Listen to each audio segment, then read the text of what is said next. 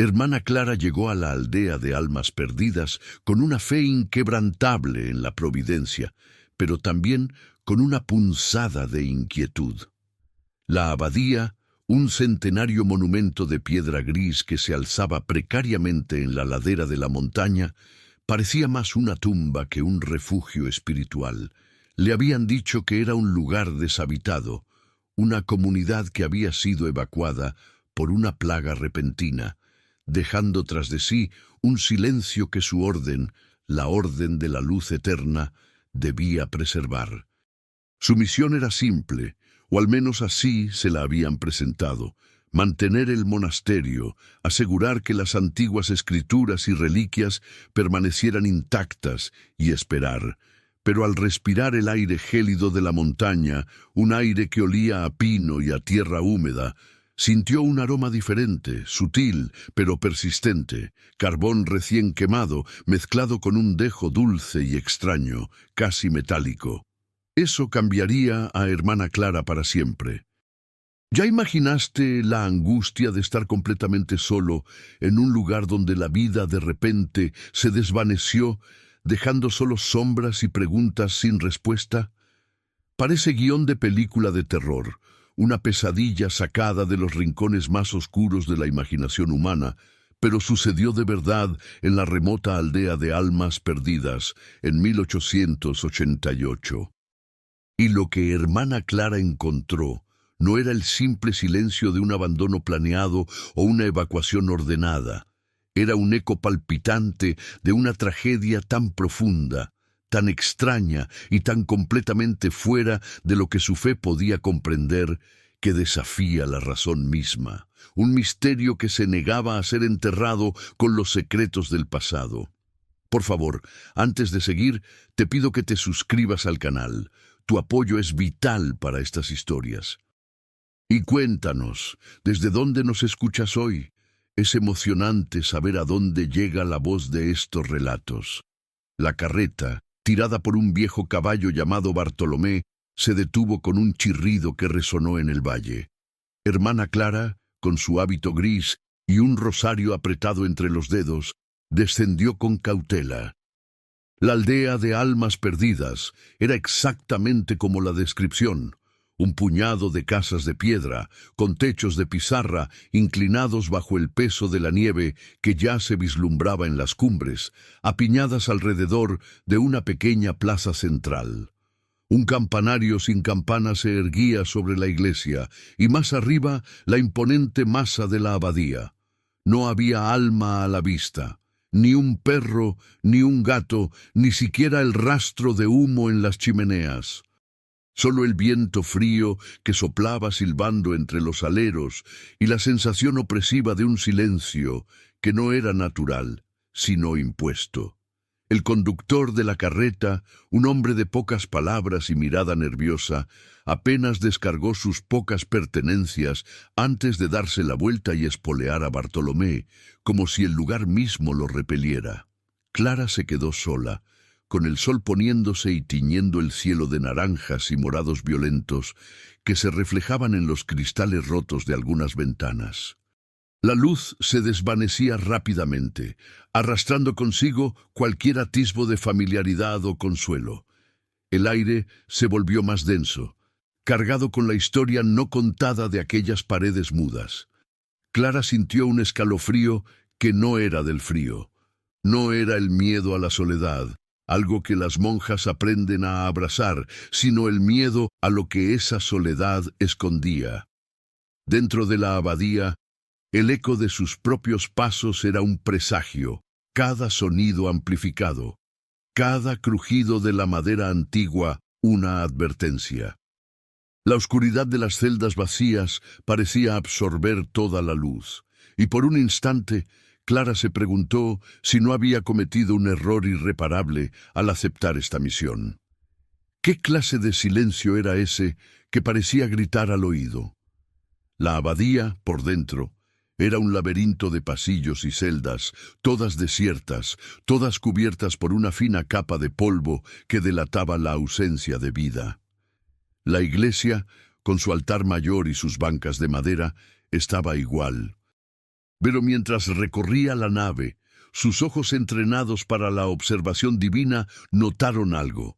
No era el polvo ni las telarañas, era la ausencia de algo. Los candelabros estaban incompletos, faltaban algunas velas. En el atril del coro, un libro de cánticos estaba abierto, como si alguien lo hubiera dejado a medias. Y en la sacristía, un pequeño relicario de plata que debería haber contenido un fragmento de hueso de un santo local, estaba vacío. Un vacío que no era solo físico. Era como si una parte esencial del lugar hubiera sido arrancada de cuajo, dejando una herida invisible pero palpable. La primera noche fue una prueba de fuego. El viento aullaba como un lobo hambriento a través de las grietas de la abadía, y cada sombra proyectada por la escasa luz de su lámpara de aceite parecía cobrar vida propia. Clara rezó, pero sus oraciones sonaban huecas en la inmensidad del espacio deshabitado. Intentó encontrar consuelo en la rutina, en la limpieza de las celdas, en la organización de los pocos objetos que sus predecesores habían dejado. Pero cada vez que se detenía, la misma pregunta volvía a su mente. ¿Por qué este vacío no se sentía como un abandono, sino como una ausencia forzada? Había ropa tendida en un tendedero detrás de una casa, a merced del viento y la lluvia, como si la lavandera hubiera salido por un momento y nunca hubiera regresado.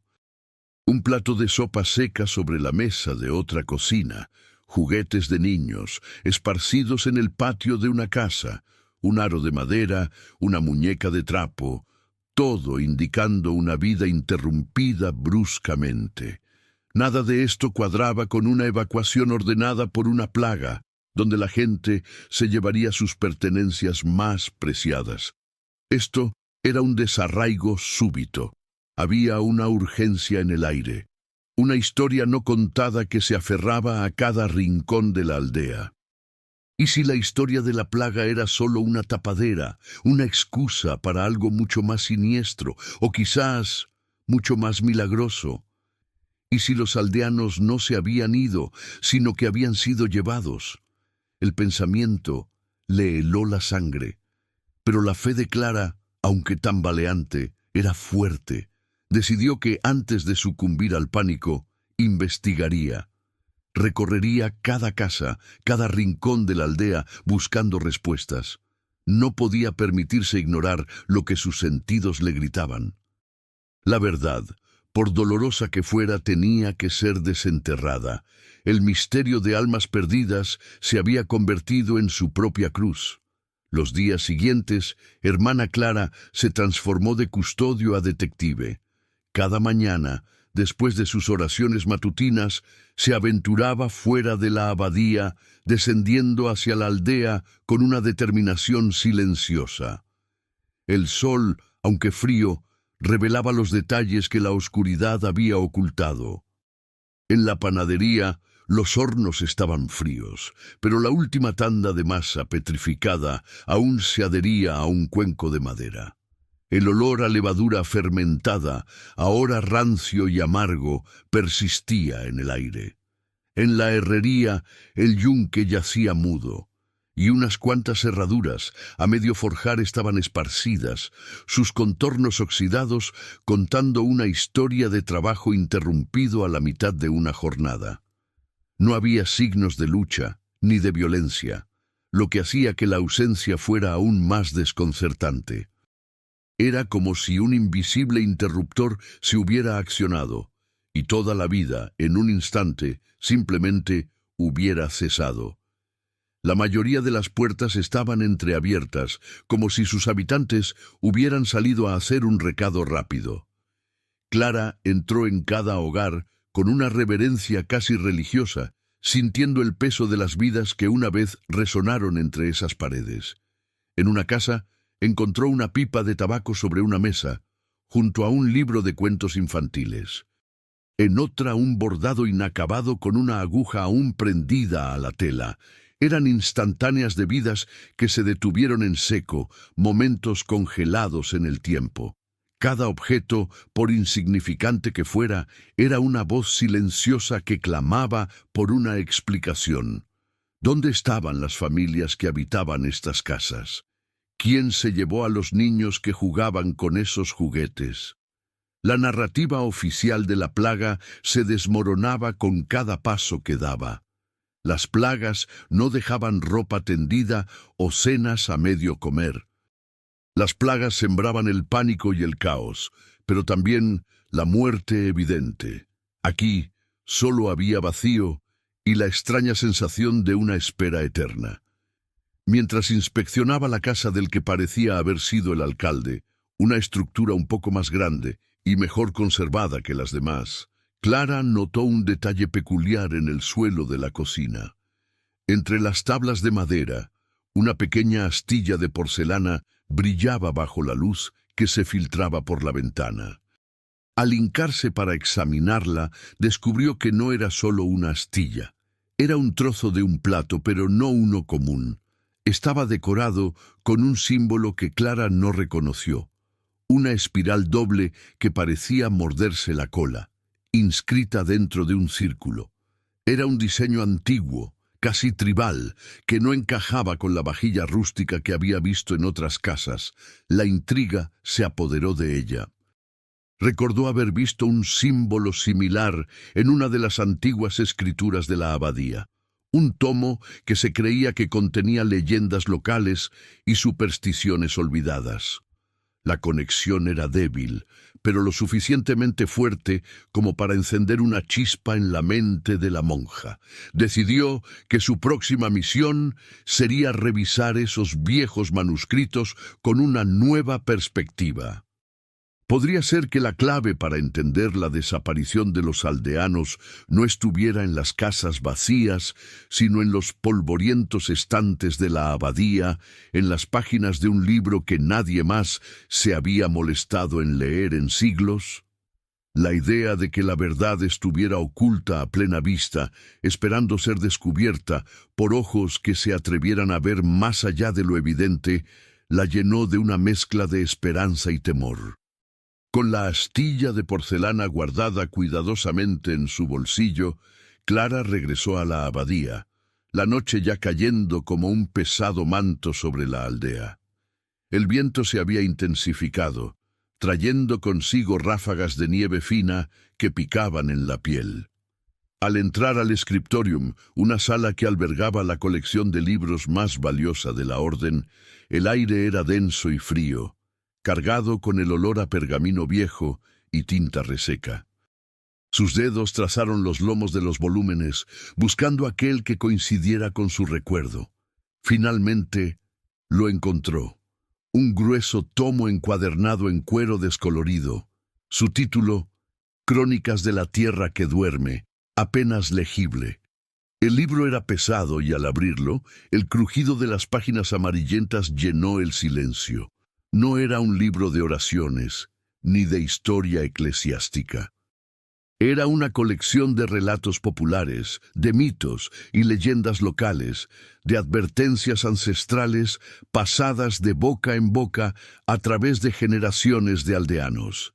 Y allí, en la primera página de un capítulo titulado El velo entre mundos, estaba el mismo símbolo que había encontrado en la astilla, la espiral doble mordiéndose la cola. Debajo del dibujo, una inscripción en un dialecto antiguo, casi indescifrable, que solo unas pocas monjas eruditas como Clara podían entender. La traducción fue lenta y laboriosa, cada palabra revelando una pieza más del rompecabezas. Hablaba de ciclos, de cosechas, de la luna de sangre y de los que dan el paso. El libro describía un ritual secreto, guardado por los habitantes de la aldea durante siglos, un ritual que se realizaba cada 50 años, en la noche de la luna roja. Pero no decía para qué era ese ritual, ni qué sucedía después. Solo terminaba con una frase ominosa. Cuando la tierra respira, el velo se abre y las almas se marchan, no para morir, sino para esperar el siguiente ciclo. Clara sintió un escalofrío que le recorrió la espalda hasta la médula. Las almas se marchan. Significaba esto que los aldeanos no estaban muertos, sino que habían desaparecido de una manera que la ciencia y la razón no podían explicar. La idea era descabellada, hereje incluso, pero algo en el tono del manuscrito, en la solemnidad de sus palabras, le decía que había más verdad en esa leyenda que en las explicaciones de la orden. ¿Qué terrible secreto guardaba la aldea de almas perdidas? ¿Y por qué su orden, tan preocupada por las reliquias, no había investigado más a fondo las leyendas que rodeaban la abadía? El libro se convirtió en la obsesión de Hermana Clara. Noche tras noche, bajo la tenue luz de su lámpara, descifraba las palabras arcaicas, intentando comprender el alcance de lo que estaba leyendo. Las crónicas de la tierra que duerme no eran un simple compendio de fábulas, sino un testimonio críptico de una tradición ancestral. El símbolo de la espiral doble, aprendió, representaba la conexión entre el mundo visible y el invisible, el ciclo de la vida y la no vida, o como el texto lo llamaba, la estancia. La noche de la luna roja, una rareza astronómica que solo ocurría cada medio siglo, era el momento en que el velo entre estas dos realidades se volvía más delgado, casi imperceptible. Era entonces cuando los guardianes del umbral, los aldeanos, realizaban su rito, pero el propósito del rito seguía siendo ambiguo. El manuscrito mencionaba la gran huida y el refugio de las sombras, dando a entender que los aldeanos no se iban por voluntad propia o por un bien mayor, sino para escapar de algo, para protegerse de una amenaza. Pero, ¿de qué? Las palabras eran vagas, poéticas y a menudo metafóricas. Hablaban de la voracidad de la luz, de las fauces del tiempo que devoran, de la enfermedad del espíritu que pudre la carne. Clara sentía que estaba rozando una verdad inmensa, una que su mente, educada en la lógica teológica, luchaba por aceptar. ¿Existía realmente un velo entre mundos? ¿Y podían las personas simplemente pasar a través de él? El libro no ofrecía una respuesta directa, sino solo más preguntas, envueltas en un lenguaje místico y lleno de advertencias sobre el peligro de mirar demasiado profundo. Cuanto más leía, más se daba cuenta de que la abadía no era solo un lugar de fe, sino también una especie de observatorio, un punto de encuentro entre estas realidades. Los monjes de antaño, sus predecesores, no solo rezaban, sino que también estudiaban estos fenómenos, documentando los ciclos, las lunas, las desapariciones. Había diagramas astronómicos en los márgenes, complejas tablas de fechas que coincidían con las lunas de sangre registradas en otras leyendas regionales. ¿Habían estado los monjes en complicidad con los aldeanos o eran simples cronistas de un evento que no podían detener? Una tarde, mientras revisaba las páginas finales del tomo, Clara notó algo inusual. El papel en esa sección era diferente, más áspero, como si hubiera sido añadido posteriormente al resto del volumen. Las últimas páginas estaban cosidas de manera distinta, con un hilo de seda negra que apenas se distinguía de las sombras de las letras. Con una delicadeza extrema, Clara descosió las páginas, y lo que encontró la dejó sin aliento. Era una especie de diario personal, escrito con una caligrafía temblorosa, diferente a la del copista principal del libro. El autor se identificaba solo como Hermano Elías, el último abad de la abadía antes de que la orden lo declarara desaparecido 100 años atrás. Sus palabras no eran relatos míticos, sino observaciones directas, llenas de un terror palpable. Elías hablaba de la luz parásita, una fuerza invisible que cada medio siglo descendía sobre la aldea, no para destruirla físicamente, sino para consumir su esencia, su vitalidad, su mismo sentido de existencia. Describía cómo los aldeanos, en lugar de ser víctimas pasivas, habían encontrado una forma de eludir esta aniquilación espiritual. Utilizando el conocimiento ancestral y la energía de la luna roja, se disolvían. Se convertían en parte de otro plano, un estado de suspensión entre el ser y el no ser, hasta que la amenaza pasara y el velo se cerrara de nuevo. Elías mismo había presenciado varias de estas marchas. Su relato más perturbador era el de la última, 100 años atrás, cuando él mismo había dudado si unirse a ellos. Pero al final, su fe lo había atado a la abadía, creyendo que su deber era proteger los conocimientos, incluso si eso significaba vivir una vida de soledad impuesta, esperando el siguiente ciclo. Y entonces, una frase lo golpeó como un rayo. El pozo de las almas es el umbral. Cuando la sangre de la luna lo ilumine, la puerta se abrirá, y lo que se fue regresará, no para vivir, sino para elegir. El pozo de las almas. Clara recordó el campanario sin campana, pero también la historia de un pozo sagrado en los terrenos de la abadía, un lugar de peregrinación olvidado. ¿Sería allí donde se encontraba la clave final, el punto exacto donde el velo se abría y se cerraba?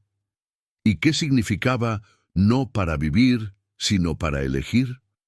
El misterio de almas perdidas se profundizaba, revelando una verdad que desafiaba su comprensión de la realidad y la colocaba en una encrucijada entre la fe y lo incomprensible. No estaba sola, ni lo había estado. Había un ciclo, una promesa, un regreso inminente. La soledad de Clara ahora se sentía como una espera, una anticipación. El diario de Elías se convirtió en su única compañía, sus palabras resonando en los pasillos vacíos. Clara pasó días en la biblioteca intentando descifrar las últimas entradas.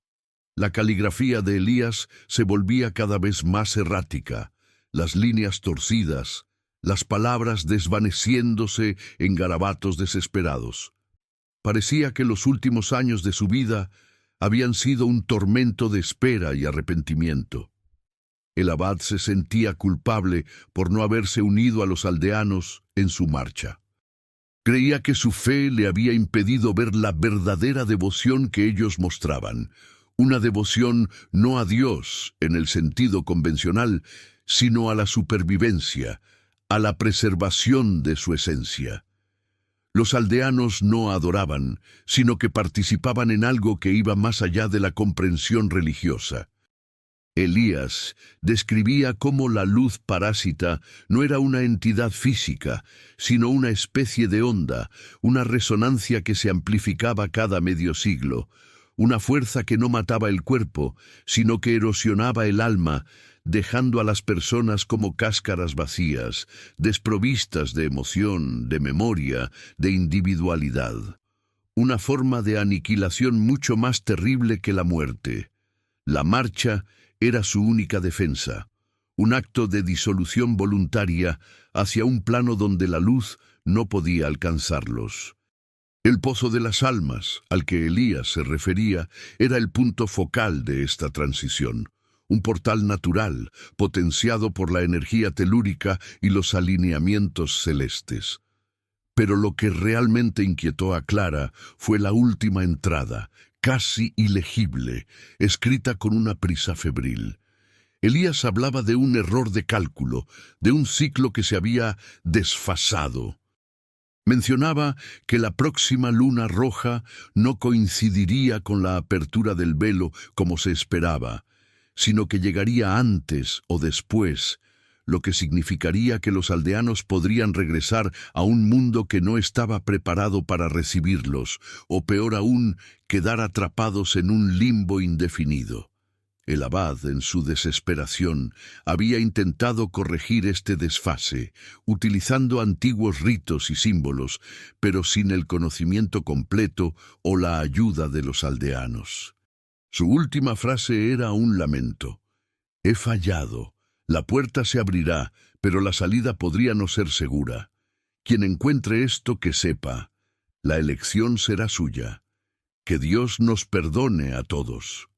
Elías, al parecer, no había desaparecido voluntariamente, sino que había sido consumido por la luz parásita en su intento fallido, su alma erosionada, dejando solo su cuerpo atrás, un cuerpo que nunca fue encontrado, pues los suyos lo habían dado por desaparecido sin más explicación. Clara se encontró con un dilema existencial. Su fe le enseñaba la resurrección de la carne y la vida eterna del alma, pero esto era diferente. Esto era una suspensión, una interconexión con una realidad que desafiaba todos sus dogmas. Y ahora ella era la única guardiana de este secreto, la única que sabía del inminente regreso de los aldeanos. Pero, ¿regresarían? ¿Y si el intento de Elías había fallado, como él mismo temía? ¿Y qué elección era la que les esperaba a los aldeanos?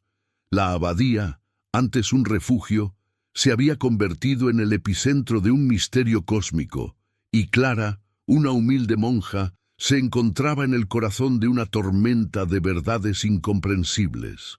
El tic-tac del reloj en la sala capitular, aunque hacía mucho que había dejado de funcionar, resonaba en su mente como una cuenta regresiva. La próxima luna roja, según sus propios cálculos astronómicos y las tablas de Elías, estaba a solo unas semanas de distancia. ¿Estarían los aldeanos realmente en el pozo de las almas, esperando? Clara sentía una mezcla de fascinación y terror. Se preguntaba si Elías había llegado a ver algo, si su mente había sido consumida por la luz parásita, o si, en sus últimos momentos, había vislumbrado una verdad tan espantosa que lo había llevado a la locura. La idea de que los aldeanos no estuvieran simplemente dormidos en otro plano, sino que pudieran regresar transformados, alterados por su prolongada estancia en el limbo, la inquietaba profundamente. Decidió que su siguiente paso era encontrar el pozo de las almas. Aunque Elías lo mencionaba, no daba su ubicación exacta, asumiendo que el siguiente abad la conocería. Clara recordó un viejo mapa de la abadía, dibujado en un pergamino con los nombres de todos los edificios y los puntos de interés sagrados, guardado en una cripta bajo el altar principal. Con una lámpara de aceite, descendió por los escalones fríos y húmedos hacia la oscuridad de la cripta. El aire era pesado, con el olor a moho y a tierra antigua. Las tumbas de los antiguos abades se alineaban en las paredes, sus efigies de piedra observándola con ojos vacíos. En el fondo de la cripta, detrás de una losa de mármol agrietada, encontró una pequeña cámara secreta. Dentro, un cofre de cedro con incrustaciones de plata. Al abrirlo, el mapa apareció. Era un documento sorprendente, no solo por su antigüedad, sino por su detalle. Cada sendero, cada árbol notable, cada manantial estaba dibujado con precisión. Y en la parte posterior del mapa, un símbolo circular, idéntico al de la espiral doble, marcaba un punto en la parte más alta de la colina detrás de la abadía, lejos del pueblo. Debajo, una única palabra en el dialecto antiguo, umbral. No era un pozo de agua, sino un punto de confluencia de energías, un vórtice. El corazón de Clara latió con fuerza. La verdad estaba tan cerca que casi podía tocarla. Pero ¿qué pasaría si lo que regresaba no era lo que esperaba? ¿Qué pasaría si, en su intento por descubrir la verdad, ella misma se convertía en parte del misterio de almas perdidas? Armada con el mapa y pavor, hermana Clara se preparó para ascender a la colina. El viento soplaba con fuerza, arrastrando nubes oscuras que prometían inminente tormenta de nieve. La ascensión fue ardua, sus pies resbalaban en la tierra helada y las rocas cubiertas de musgo. Cada paso la acercaba más al corazón del misterio, a un lugar donde los límites entre la realidad y lo inexplicable se desdibujaban. Finalmente, llegó a la cima. Allí, entre un círculo de antiguas piedras menires, erosionadas por los siglos y el clima, se encontraba una formación rocosa natural que se hundía en la tierra.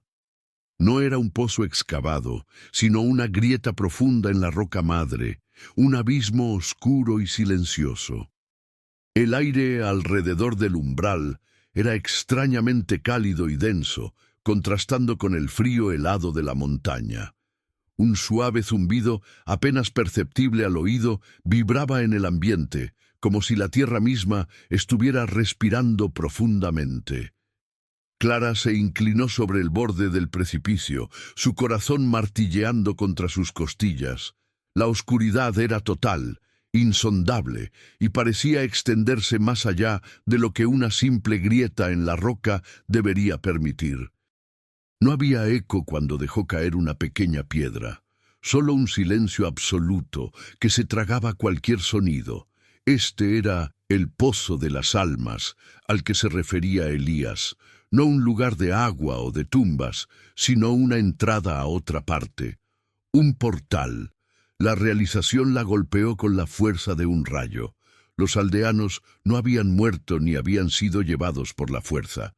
Habían entrado voluntariamente en este abismo, desintegrándose de este plano de existencia para proteger sus almas de la luz parásita. Pero si Elías estaba en lo cierto y el ciclo se había desfasado, ¿podrían regresar con seguridad?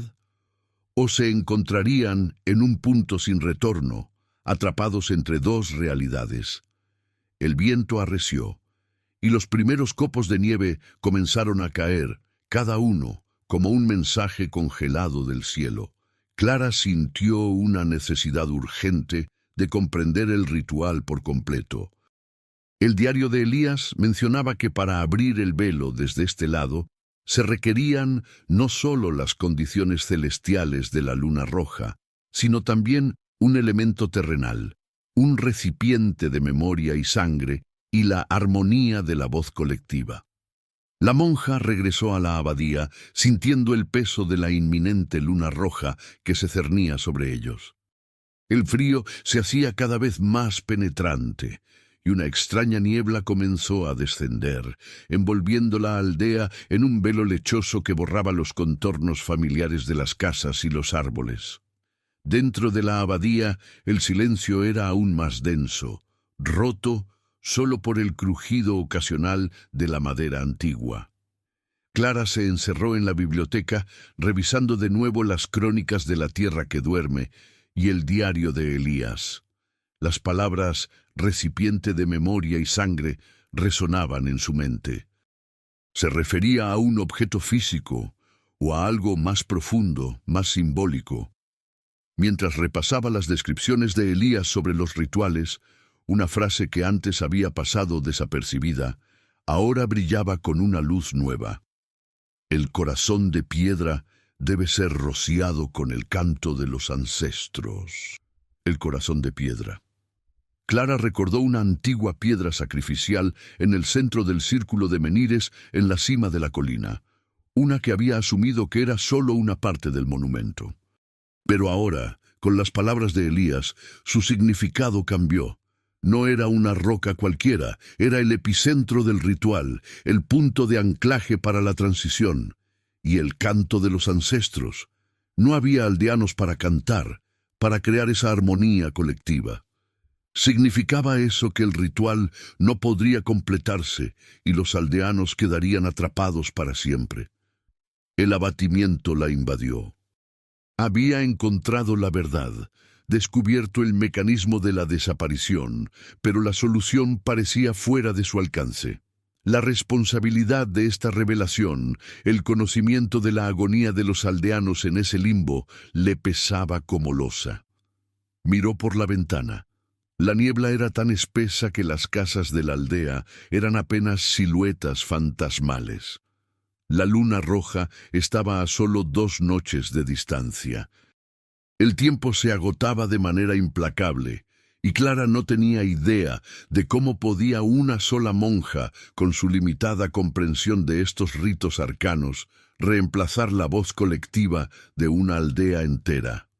La soledad, que antes era una prueba de su fe, ahora era una barrera inquebrantable entre ella y la posibilidad de ayudar a aquellos que se habían sacrificado por sus almas. Pero la fe de Clara, aunque zarandeada por lo sobrenatural, nunca se había roto. Recordó una frase de las Escrituras que siempre le había dado fuerza: donde hay amor, no hay miedo. Y Clara, a pesar del miedo, sentía una extraña y profunda conexión con estos aldeanos invisibles, con sus vidas suspendidas, con su sacrificio. Había una forma. Tenía que haberla. La noche cayó con promesa de tormenta. El viento ululaba y sombras danzaban en las paredes de la biblioteca, creando formas fantasmagóricas que extendían manos huesudas hacia ella. Clara sentía una presión creciente, una urgencia que no le permitía descansar. El misterio se había vuelto personal. Los aldeanos no eran solo una curiosidad, eran almas esperando, y ella era la única que conocía su destino. Las palabras de Elías sobre el error de cálculo y la puerta insegura la atormentaban. ¿Qué pasaría si regresaban y la luz parásita los consumía en el acto? No podía permitirlo. Si la voz colectiva era necesaria, ¿cómo podría una sola voz replicarla? Revisó las descripciones del ritual una y otra vez, buscando cualquier detalle, cualquier insinuación que hubiera pasado por alto.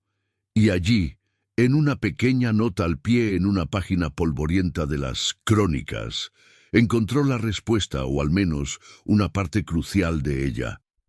La voz de los que se fueron, resonando en los muros del sagrado templo, se une a la canción de la tierra. No era la voz de los vivos la única que importaba, sino la voz de los que habían estado allí, de los ancestros, y el sagrado templo no podía ser otro que la abadía misma. De repente, todo cobró sentido. La abadía no era solo un custodio, sino un amplificador, resonador.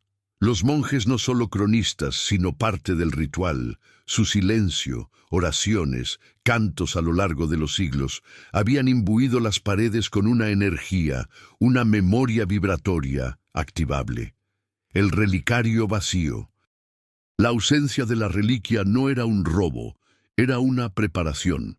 Elías había escrito que el recipiente de memoria y sangre era la piedra del altar mayor, consagrada a lo largo de generaciones con la fe y las oraciones de todos los que habían pasado por la abadía, y la reliquia, el hueso del santo, era el catalizador, el punto de conexión. Al ser retirado, no había sido robado, sino que había sido reubicado por los mismos monjes para protegerlo, o quizás para ser usado en el ritual en el umbral. La idea de que los monjes anteriores pudieran haber participado en esta tradición ancestral, no como meros observadores, sino como custodios activos del umbral, transformó su percepción de la fe y la historia de su orden. El relicario vacío en la sacristía no era un signo de olvido, sino una pista deliberada. ¿Dónde estaría la reliquia ahora? En el diario de Elías, una de las últimas entradas, casi incomprensible por la urgencia de su caligrafía, mencionaba la Cámara de la Escucha, un lugar secreto dentro de la abadía que Clara no había encontrado en el mapa principal. Solo había una pequeña referencia a ella en un anexo olvidado, en la parte posterior del documento. La Cámara de la Escucha, según la descripción de Elías, era una bóveda subterránea construida bajo el campanario sin campana, diseñada para amplificar los sonidos del umbral y del mundo de las sombras. Se decía que allí los monjes podían escuchar los susurros de los que esperan. Clara bajó de nuevo a la cripta, esta vez no para ver las tumbas, sino para buscar la entrada a esta cámara. Tras horas de búsqueda, tocando cada losa y cada grieta, encontró una protuberancia extraña en una de las paredes, disimulada entre las tallas de un antiguo escudo de la orden. Al empujar una sección de la pared, un mecanismo de piedra cedió con un crujido sordo, revelando una escalera de caracol que descendía a las profundidades de la tierra, exhalando un aire aún más frío y rancio. La monja encendió su lámpara de aceite y con el rosario apretado en la mano comenzó su descenso. Los escalones eran irregulares y húmedos, las paredes goteaban. La oscuridad era tan absoluta que su lámpara apenas podía perforarla. Abajo, en el fondo, se abrió a una sala circular. El aire aquí era denso, inmóvil, y el silencio, a diferencia de la abadía, no era un vacío, sino una presencia, una membrana tensa que parecía vibrar con la espera. En el centro de la sala, sobre un pedestal de piedra, yacía el relicario de plata, el mismo que había encontrado vacío en la sacristía. Pero esta vez contenía la reliquia, un pequeño fragmento de hueso, de un blanco pálido, envuelto en un trozo de lino antiguo. Era el catalizador, el puente, el ancla espiritual, y junto a él un pequeño pergamino enrollado, asegurado con una cinta de seda negra. Clara lo desenrolló. Era una última nota de Elías, escrita con una tinta que parecía brillar débilmente en la oscuridad. Sus últimas palabras no eran de desesperación, sino de esperanza, casi una profecía. La memoria de la abadía es su voz. En la noche de la luna roja, cuando el corazón de piedra sea tocado y la voz de los ancestros se eleve desde el pozo, esta reliquia, un faro de fe, guiará a los que esperan. No podrán regresar si la voz no es pura, no podrán regresar si la fe vacila, pero si la voz es una y el canto de la vida resuena, la puerta se abrirá para aquellos que eligen. Solo uno puede ser el canal. La última frase la heló hasta los huesos. Solo uno puede ser el canal. Elías no había fallado. Había dejado la última pieza del rompecabezas para la siguiente guardiana, para ella. No era solo la fe de la abadía, sino su propia fe. Clara, la humilde monja, ahora era la única esperanza de almas perdidas. El tiempo se había comprimido. Con el relicario y la nota de Elías en mente, hermana Clara regresó de la cámara de la escucha. La abadía ya no le parecía un lugar silencioso, sino una entidad viva, sus paredes vibrando con la memoria de siglos de oraciones y el eco de un secreto milenario. La niebla se había vuelto aún más densa, cubriendo la aldea y las montañas circundantes en un manto blanco y real, como si el mundo exterior hubiera desaparecido, dejando solo la abadía y ella en una burbuja de tiempo suspendido. La luna roja, según sus cálculos, se alzaría esa noche. La inminencia del evento la llenó de temor y una extraña sensación de destino. Había sido enviada por algo más que providencia, había sido elegida. Se pasó el día en oración y meditación, intentando calmar el torbellino de emociones y dudas que bullían en su interior. ¿Sería capaz de ser ese canal? ¿Podría su voz, una sola voz, replicar el canto de los ancestros y la armonía colectiva de una aldea entera? La tarea parecía imposible. Pero entonces recordó otra de las palabras de Elías. La memoria de la abadía es su voz. Comprendió. No era su voz individual lo que importaba, sino la voz que la abadía misma había acumulado a lo largo de los siglos, la resonancia de miles de oraciones, de cientos de cantos gregorianos, de innumerables momentos de fe y devoción. Ella solo sería el conducto, la chispa que encendería esa memoria vibratoria. El corazón de piedra en el umbral, en la colina, la reliquia del santo, y ella, la monja, enlazando la fe con el rito ancestral. Cuando la tarde dio paso a la noche, un silencio opresivo se apoderó del valle. El viento cesó por completo y la niebla comenzó a disiparse lentamente, revelando un cielo oscuro y sin nubes, un lienzo perfecto para la maravilla que se avecinaba. Clara subió de nuevo por el sendero hacia el umbral, llevando la reliquia cuidadosamente envuelta en un paño de seda. El aire estaba gélido, pero ella no sentía el frío. Sus sentidos estaban agudizados, cada fibra de su ser concentrada en la misión. Al llegar a la cima, el círculo de menires se alzaba imponente. La gran piedra sacrificial, el corazón de piedra, brillaba débilmente bajo la luz de la luna que asomaba, y allí, en el horizonte, apareció. No era una luna plateada, sino una esfera de un rojo intenso, carmesí, como si la sangre de la tierra se hubiera derramado sobre el cielo. La luna roja, mística y aterradora, colgaba suspendida, bañando el paisaje con una luz irreal. Los símbolos tallados en las piedras del círculo parecían palpitar con esa luz, sus contornos cobrando una vida extraña. El umbral, la grieta oscura en la tierra, parecía respirar, un aliento frío que subía desde las profundidades, trayendo consigo un leve olor a ozono y a tierra mojada. Era el momento. Clara, con manos temblorosas pero firmes, colocó el relicario con la reliquia del santo sobre el corazón de piedra. El frío metal del relicario se encontró con la superficie áspera de la roca, y un pulso débil pareció emanar de ambos, una conexión invisible. El color rojo de la luna se intensificó, proyectando sombras largas y danzantes que parecían figuras moviéndose entre los menires. Clara cerró los ojos y comenzó a recitar una antigua oración en latín, una letanía que había aprendido en el convento, pero que ahora se sentía diferente, cargada de un nuevo significado. Su voz, al principio un susurro, se fue haciendo más fuerte, resonando en el silencio de la montaña.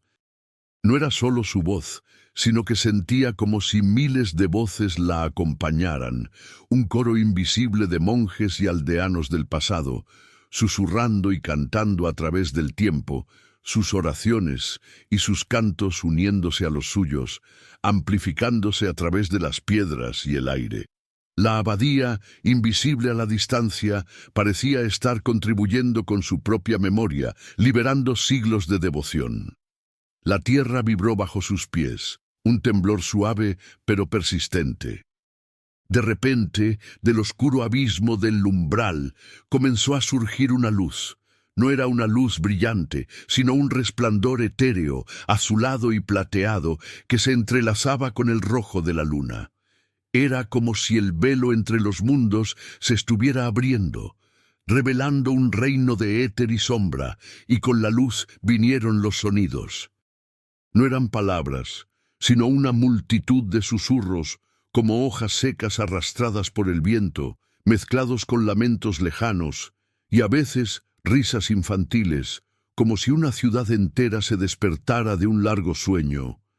Eran las almas de almas perdidas, sus esencias suspendidas, ahora sintiendo el llamado. Clara se dio cuenta de que no era solo la oración lo que se necesitaba, sino el canto de la vida, la expresión pura de la existencia humana. La respuesta fue inmediata. Al escuchar la nana, las figuras translúcidas reaccionaron.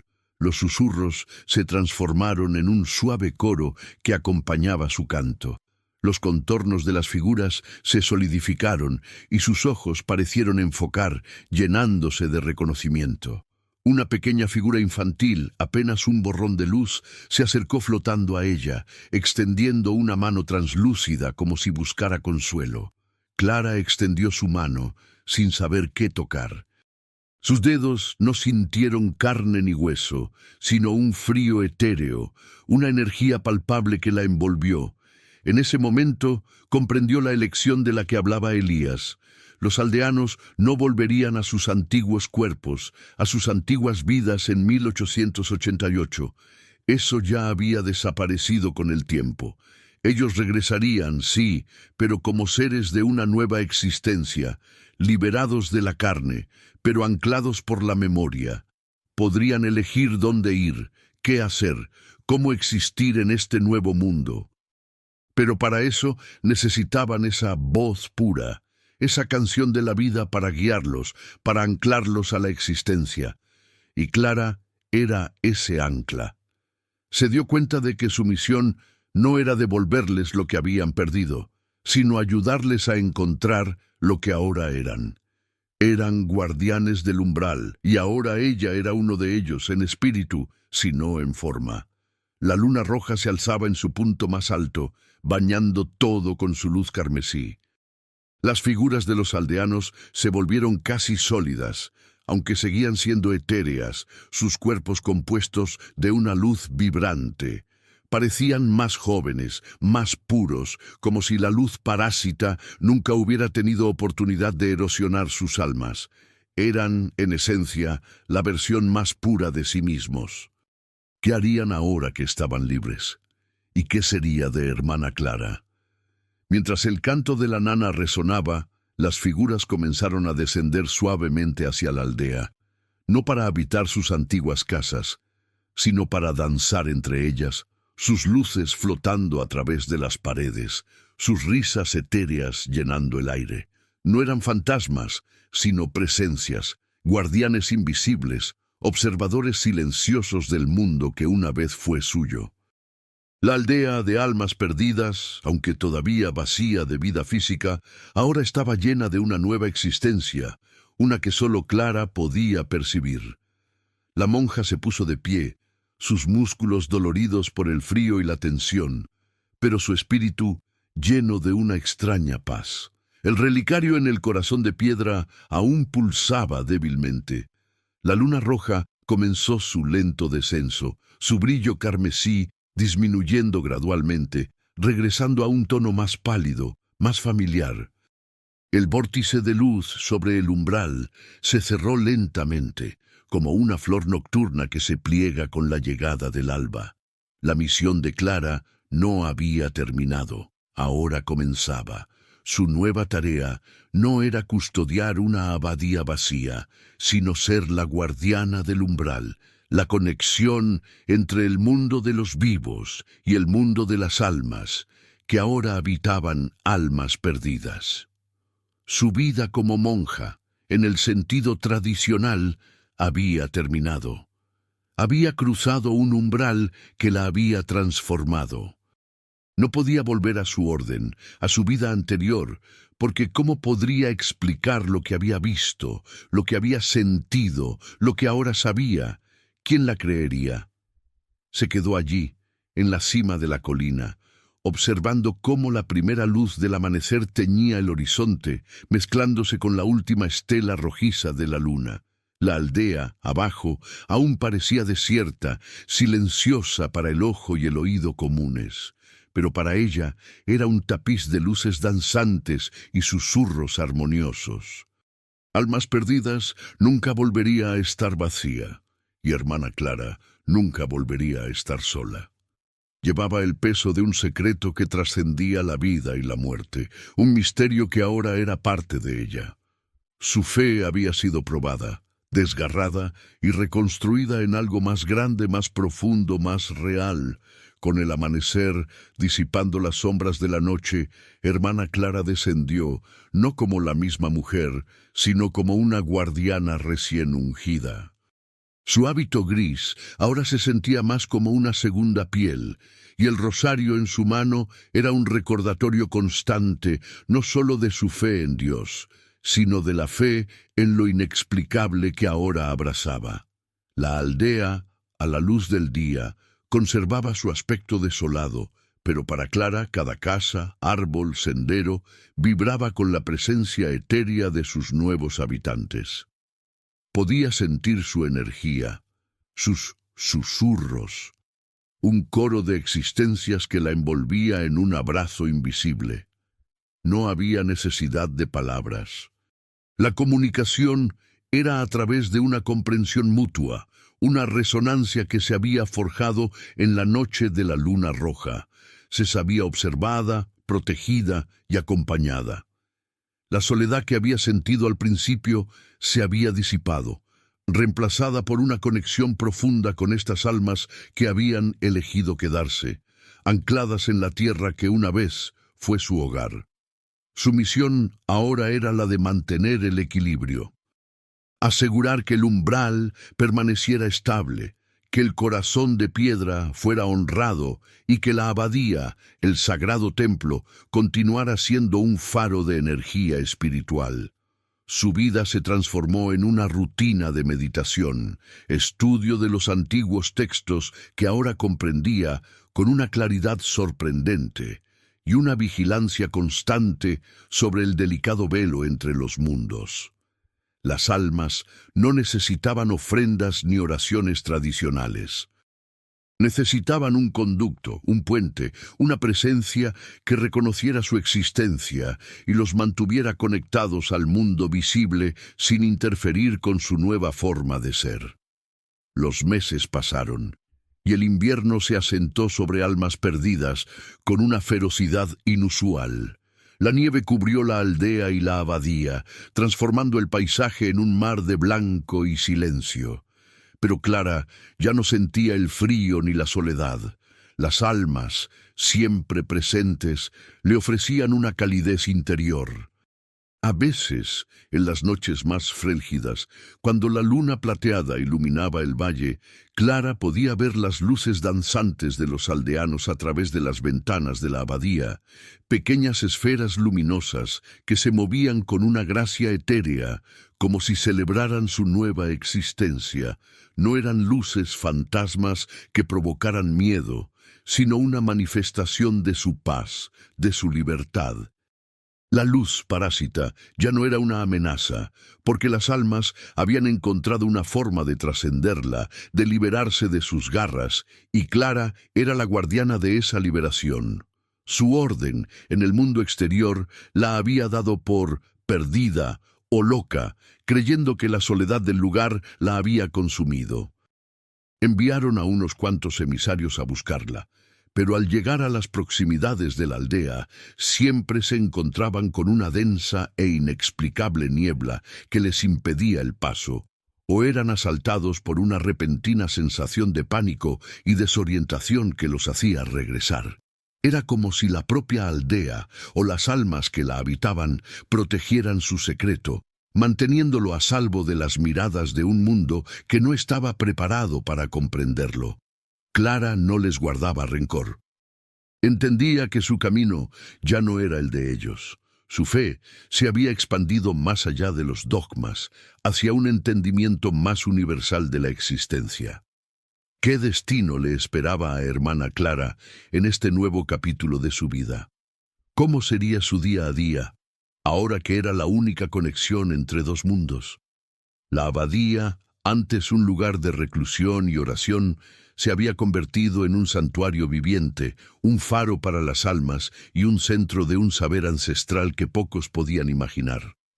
Clara dedicaba sus horas a meditar en la cámara de la escucha, sintiendo los susurros y las vibraciones de los aldeanos, aprendiendo de su sabiduría etérea, de su perspectiva única sobre la vida y la muerte.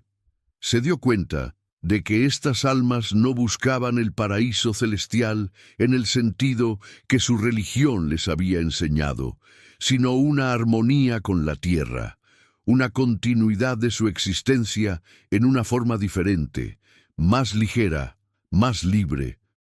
A través de ellos, Clara empezó a comprender que el universo era mucho más vasto y misterioso de lo que cualquier escritura religiosa o dogma podía contener, que la vida era un ciclo eterno de transformación y que la muerte no era un final, sino una transición, un pasaje a otras formas de ser. Ella era el testigo, la cronista de esta verdad profunda, una verdad que la había liberado de sus propias limitaciones y miedos. Se preguntó si un día ella también daría el paso, si su alma se uniría a los aldeanos.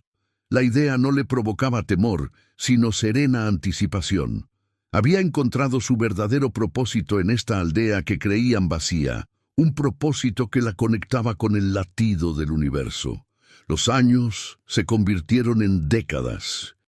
Hermana Clara, la joven monja con fe inquebrantable, Se había transformado en una anciana sabia, su rostro marcado por el tiempo, pero sus ojos brillando con una profunda comprensión del cosmos.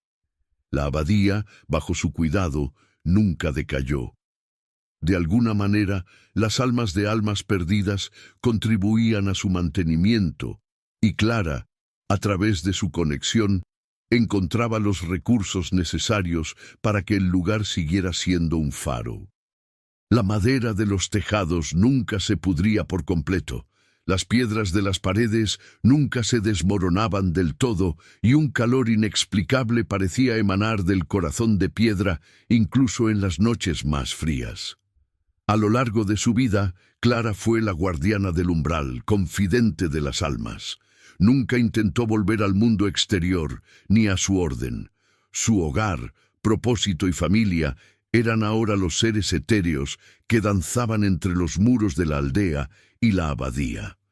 Aprendió sus ritmos, sus lenguajes silenciosos y se convirtió en parte de su existencia, una presencia anclada en la carne que actuaba como puente. A medida que sus propios años se agotaban, Clara sintió que el velo entre ella y los aldeanos se volvía cada vez más delgado. Las visiones se hicieron más claras, los susurros más audibles, hasta que llegó un momento en que la diferencia entre su realidad y la de ellos era casi inexistente. Una noche de luna nueva, cuando la oscuridad era total y el silencio de la montaña absoluto, hermana Clara se dirigió por última vez al umbral. Llevaba el relicario del santo en sus manos, ya no como un catalizador, sino como un compañero de viaje. Se sentó junto al corazón de piedra, con la mirada fija en el abismo oscuro, la puerta entre los mundos. Las almas de almas perdidas se congregaron a su alrededor, una multitud silenciosa de luces brillantes que la envolvieron en un abrazo etéreo. Su canto, el canto de la vida, resonó una última vez en su corazón. Ella había sido el canal, la voz, el ancla. Ahora era tiempo de elegir. Clara cerró los ojos y con una sonrisa serena en los labios sintió cómo su propia esencia se disolvía, no en la oscuridad, sino en la luz azulada y plateada que ascendía del umbral. Su cuerpo quedó allí, tendido junto a la piedra, un hábito vacío, un cascarón que había cumplido su propósito. Pero su alma, libre y pura, se unió a la danza de las almas, una más entre los guardianes invisibles de almas perdidas. La aldea, para el mundo, sigue siendo un lugar vacío, una curiosidad histórica de un abandono inexplicable. Pero para aquellos que se atreven a sentir más allá de lo visible, para aquellos que escuchan el viento entre las casas desiertas, el misterio de almas perdidas sigue vivo, un eco eterno de fe, sacrificio y una existencia que trasciende los límites de la comprensión humana. Hermana Clara no desapareció, se transformó. Y el secreto de la aldea, el secreto de la vida y la muerte, sigue latiendo en el corazón de esas montañas, esperando a la próxima alma que se atreva a cruzar el velo y a escuchar el canto de los que eligen ser libres. ¿Crees que una historia así podría haber ocurrido en la vida real? ¿Has sentido alguna vez una conexión con un lugar, una presencia que desafía la lógica? Si este relato tocó una fibra en tu corazón, es porque, quizás, este mensaje necesitaba llegar hasta ti. La verdad, a menudo, es más extraña y maravillosa que cualquier ficción.